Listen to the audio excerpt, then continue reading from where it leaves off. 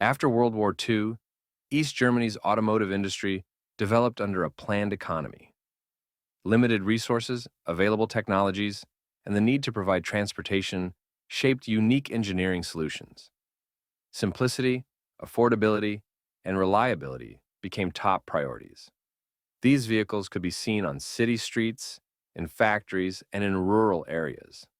Today, they remain symbols of an era, reminding us of a time when every model was designed to meet the strict demands of the socialist system. Before we continue, don't forget to support the channel. Leave a like and subscribe. It's easy for you, but it helps the channel grow. I also want to mention that I use AI-generated voiceovers since my English isn't perfect yet. However, everything else, from video ideas and research to scripting and editing, I do myself. Now, let's move on to the main part. After the end of World War II and the division of Germany by the victorious powers, the eastern part of the country came under the control of the Soviet military administration. Almost all major enterprises in this region were nationalized.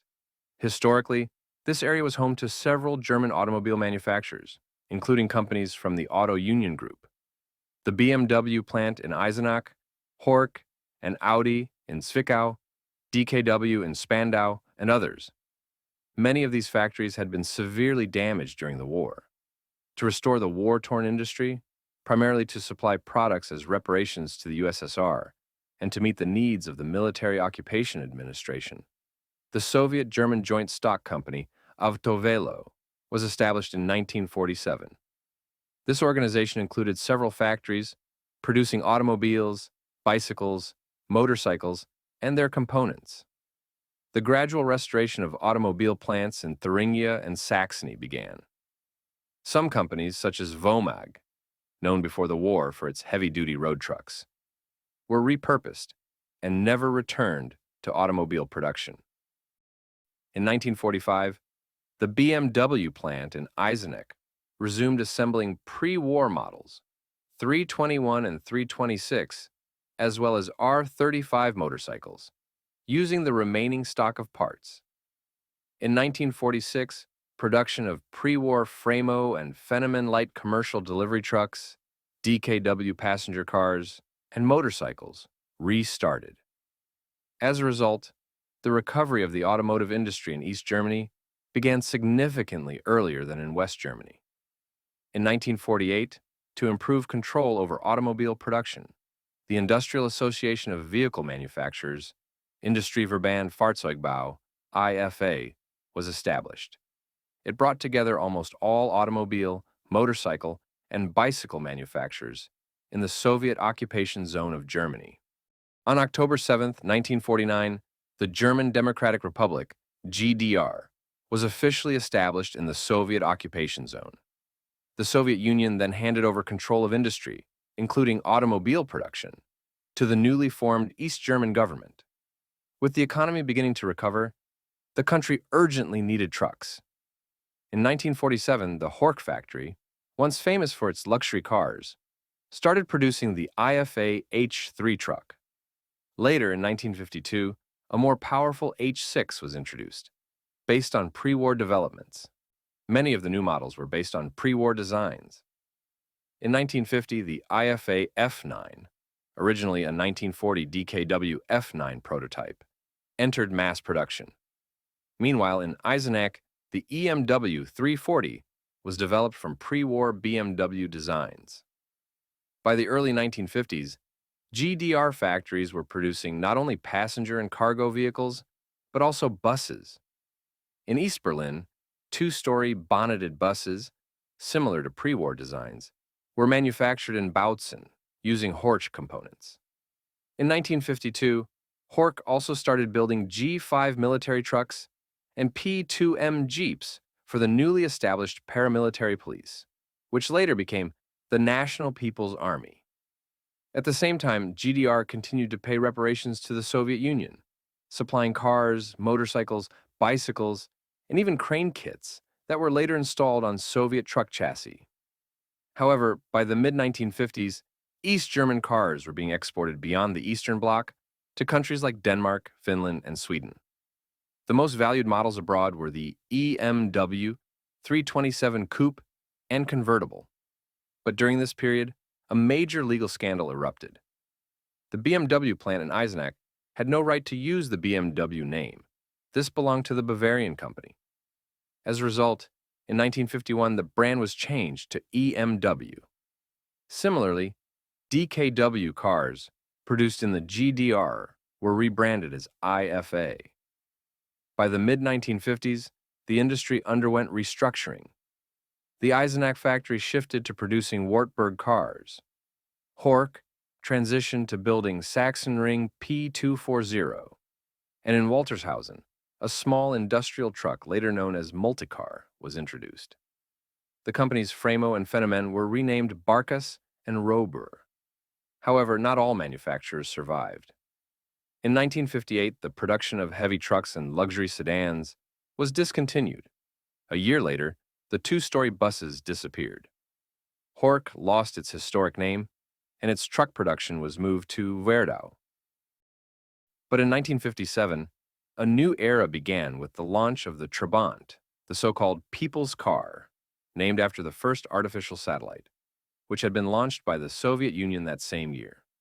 Throughout its history, East Germany's automotive industry faced serious challenges.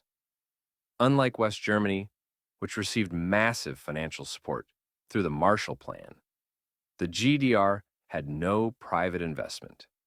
Additionally, after the division of Germany, its main source of raw materials, the Ruhr Valley, was now in West Germany, making it politically impossible to obtain steel and coal. This shortage led to the decision to use Duroplast, a plastic-based material for the Trabant's body. Despite all obstacles, East Germany's automobile industry managed to create vehicles that became true symbols of their time. The year 1961 was not only a challenging period in international politics, particularly concerning the two Germanys, but also one of the most productive in the history of East German automobile manufacturing. At the Barkas plant, which had relocated from Heinichen to Karl-Marx-Stadt, production began on new delivery trucks, vans, and minibuses under the same brand name. Robur introduced an entirely new line of 2.5-ton trucks with cab-over-engine designs, as well as buses and vans based on them. New models of motorcycles and scooters were also being developed. One of the most significant milestones was the creation of the Trabant 601, which entered serial production in 1963. In 1965, the medium-duty IFA W50 truck was introduced, originally developed at the Ernst Grube plant in Werdau, but later transferred to the new IFA automotive plant in Ludwigsfelde, formerly a Daimler-Benz aircraft engine factory. That same year, a new generation Wartburg 353 passenger car was launched. These vehicles define the future of East German automobile manufacturing, remaining the core of production for the next 25 years. The export of East German automobiles and tractors was handled by the foreign trade organization Transport Maschine Export Import. East German cars also achieved success in motorsports. In the 1950s, the Eisenach factory produced unique race cars, the AWE Rennsportwagen. The Wartburg participated in almost all racing competitions across socialist countries, including the Soviet Union, which helped foster technical collaboration. Wartburg engines were purchased for Estonia brand Soviet race cars, just as Czechoslovak Barum racing tires were widely used. A key figure in the development of East German motorsports was Heinz Melkus, an engineer who founded his own racing workshop in 1959. In 1969, he created the Melkus RS 1000, a limited production sports car that remained in production until 1979. Due to its distinctive design, the Western press nicknamed it the East German Ferrari. The 1970s saw the development of several prototype vehicles from Barkas, Robur, and Wartburg, intended as modern replacements for existing models. However, worsening economic conditions, a lack of competition in the Comecon (CMEA) market, and a slowdown in research and development led to most of these projects being shelved. Despite this, the increasing export of East German cars to Comecon nations as well as to Asia and Africa, where local automobile industries were virtually non-existent, prevented an immediate crisis. However, in the long run, this technological stagnation had severe negative consequences for East Germany's automotive industry. By 1976, automobile production in East Germany had reached 202,400 units, a significant increase from 76,400 units in 1960. East German cars were highly valued for their simplicity, reliability, durability, and affordability. They were tested under extreme conditions, from the freezing cold of the Soviet Union to the scorching deserts of Egypt and Iraq to the humid tropical climates of Vietnam and Laos. Starting in 1971, IFAW 50L trucks began exports to the Soviet Union, where they were primarily used as dump truck convoys and, less commonly, as flatbed cargo trucks. By the 1980s, the technological gap between East German cars and their Western counterparts, especially those from West German manufacturers, became increasingly apparent. Exports of Wartburg and Trabant passenger cars to Western Europe began to decline. Most of the vehicles produced by East German factories were still based on early 1960s designs, having undergone little to no significant modernization since then. The idea of launching completely new car models was not even being considered. The economic crisis of the 1980s, which affected many Eastern Bloc countries, also dealt a serious blow to automobile exports. The Soviet Union helped mitigate this by increasing car imports from its socialist allies, including East Germany. Additionally, Iraq and Cuba became key destinations for large-scale exports of IFA and Robur trucks. By the mid-1980s, East Germany attempted to modernize some of its vehicles. The Wartburg 353 was upgraded, and the Ludwigsfelde plant introduced the IFA L60, a 6-ton truck that was essentially an improved W50L. A specialized IFA KM2301 street sweeping vehicle was also developed using the W50L truck as its base. By the late 1980s, the deteriorating situation forced East German authorities to seek help from Western neighbors.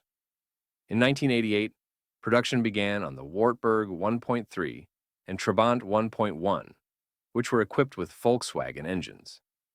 These models received a second life thanks to plastic bumpers, updated lighting, and other modernized features. The year 1990 marked a turning point in German history, not only with the reunification of East and West Germany, but also with the collapse of the East German automobile industry. Most of the former GDR factories were in a dire state, suffering from outdated technology, aging equipment, underutilized production capacities, and severe environmental issues. Above all, nearly all of East Germany's vehicles were completely outdated by modern standards. The dissolution of the Eastern Bloc trade network in 1990 meant that East German factories lost their last major export markets. Following German reunification on October 3, 1990, the East German automotive industry underwent a radical transformation, with comprehensive modernization efforts beginning as early as 1991. The fate of the former East German automobile factories, with the exception of Multicar, was largely similar and, unfortunately, quite grim. The IFA plant in Ludwigsfelde, East Germany's largest truck manufacturer, was returned to its former owners, Daimler-Benz. In the spring of 1990, there was an attempt to modernize the IFA L60 truck by installing a new diesel engine and a Mercedes-Benz N2 cabin. But only 2 prototypes were built, failing to attract market interest. By the summer of 1990, production of the IFA L60 was completely discontinued. By the winter of 1992, Ludwigsfelde began producing Mercedes-Benz T, 2 mid-sized delivery trucks, which were replaced by the Mercedes-Benz Vario in 1996. In 2006, production expanded to include sprinter vans and minibuses, which are still manufactured in Ludwigsfelde today. The Barkas plant ceased production of the B-1000 delivery vans in April 1991, after which its equipment was dismantled and scrapped. A similar fate befell Robur Werke. The new owners attempted to introduce an upgraded Robur LD 3004 truck with a modern Deutz diesel engine, but retained the old cabin with a slightly updated exterior. However, the model failed commercially, and Robur truck production ended in 1991. Today, the remnants of the Robur Werke facilities are used for manufacturing spare parts. The Eisenach plant, which produced Wartburg compact cars, was acquired in 1990 by Opel, a subsidiary of General Motors, completely rebuilt, and converted into a factory, producing Opel, Vauxhall, and Holden vehicles. Meanwhile, the Saxony plant in Zwickau, which produced Trabant microcars, was taken over by Volkswagen and repurposed for manufacturing the Volkswagen Polo and other VW models. Production of Wartburg and Trabant cars ceased in April 1991. Despite initial pressure from West German businesses, Multicar, a company specializing in small utility trucks, primarily for municipal services, managed to survive. These compact and agile vehicles were in demand not only in Eastern Europe, but also in the West during the GDR era. After a complete restructuring, Multicar continues to operate today, making it the only surviving automotive manufacturer from the former East Germany. Today, classic cars once produced in East Germany enjoy significant popularity both in Germany and across Eastern Europe. They have become an important cultural symbol of the recent history of these regions. Numerous DDR car enthusiast clubs are active throughout Germany and Eastern Europe, hosting annual gatherings where proud owners meticulously restore and maintain their vehicles. Not just cars, but also trucks and buses. East German automobiles are highly sought-after exhibits in European automotive museums and private collections. Among them, the Trabant microcar, with over 3 million units produced, holds a legendary status. Affectionately called Trabi by Germans, it is often compared to the Volkswagen Beetle as a true people's car and stands as a nostalgic icon of East Germany. As for Robur, Eife, and Barkas trucks and minivans, they can still be spotted on the roads of Eastern Europe today. Their simple design and durability make them highly valued. That's all for now. Hope you found this interesting. Don't forget to like, subscribe, and leave a comment. See you next time.